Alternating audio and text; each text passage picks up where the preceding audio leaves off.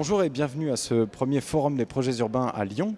Je suis avec Béatrice Vessillier, vous êtes la vice-présidente de la métropole de Lyon. Vous avez introduit le propos de ce forum. Quelle est la vision globale de la métropole de Lyon ? Bonjour et merci à FICAD et aux organisateurs d'avoir choisi Lyon pour ce premier forum dans notre région. Alors, notre vision, c'est la vision d'une métropole solidaire et écologique qui réponde à la fois aux besoins des habitantes et des habitants et aux enjeux environnementaux et sociaux d'aujourd'hui. Ça passe par un urbanisme bienveillant qui permet que nous offrions du logement abordable pour toutes les catégories de ménages, et dans une agglomération, dans une métropole où les prix de l'immobilier continuent à flamber, c'est très important d'offrir du logement abordable, que ce soit en locatif social ou en accession avec le bail réel solidaire que nous allons vraiment déployer massivement.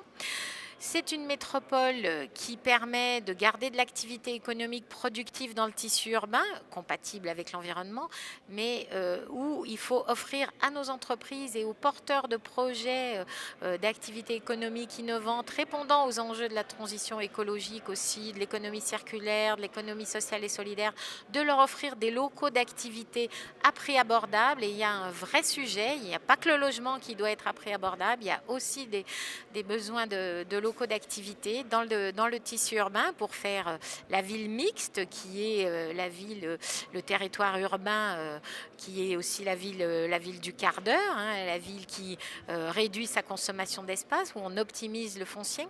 C'est une métropole où on offre des équipements publics, et on a pris ces dernières années des retards en matière d'équipements scolaires, notamment d'équipements sportifs.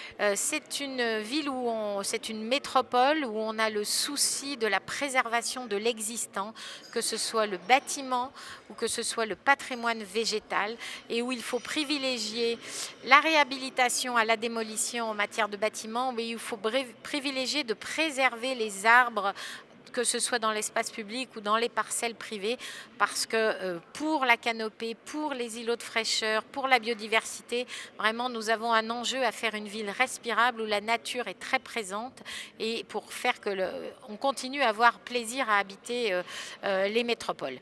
Et puis je dis un mot de l'espace public. L'espace public, c'est notre bien commun, c'est un de nos biens communs, et nous avons besoin d'espaces publics apaisés, partagé entre les différents usagers des modes de déplacement, végétalisé largement, inclusif pour toutes les générations. Nous voulons faire la ville à hauteur d'enfant, la ville qui prend en compte la place des femmes dans l'espace public, et qui est en même temps dans une sobriété des matériaux, une frugalité et une pérennité. Donc une autre manière de faire de l'espace public pour avoir une grande qualité urbaine et une grande qualité d'usage. Et alors, on a compris de nombreux challenges du coup pour cette métropole de Lyon. Est-ce que vous pouvez nous donner, puisqu'on va les voir dans les ateliers, mais quelques exemples marquants que vous soutenez ? Oui. Eh bien, par exemple, nous avons réorienté un certain nombre de projets urbains qui ont été lancés antérieurement, notamment celui de la Part-Dieu, avec une réduction du nombre de locaux tertiaires, parce qu'on considérait qu'il y avait une trop forte densité de bureaux, que ce n'était pas nécessaire, que d'une part, pour faire un quartier plus agréable à vivre, il n'y a pas besoin de faire autant de bureaux, donc on va encore en construire 200 000 m², mais on a réduit d'à peu près 90 000 m² ce qui était prévu, au profit d'autres quartiers. Donc il y aura du tertiaire dans d'autres quartiers et il y aura de l'activité économique dans d'autres quartiers. On a réorienté aussi sur la question des espaces publics pour avoir des espaces publics plus généreux, plus végétalisés, plus apaisés, en réduisant la place de la voiture dans ce quartier-là.